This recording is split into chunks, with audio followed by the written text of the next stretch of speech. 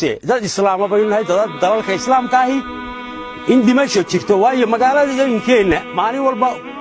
waxa laga qaadaa magaalo walba inta soo meed baa laga qaadaa imka loo rafay baa leeyahay maxay uga difaaci weyn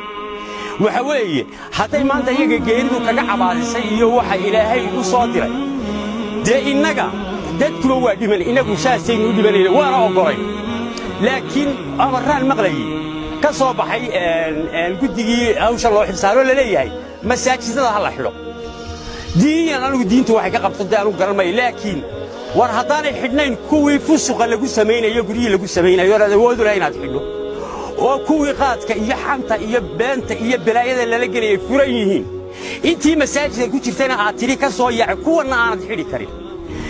marka ma dad intii ilaahay ba inoogu damina xariisanayeen aad ka tiri soo xidha masaajidka ma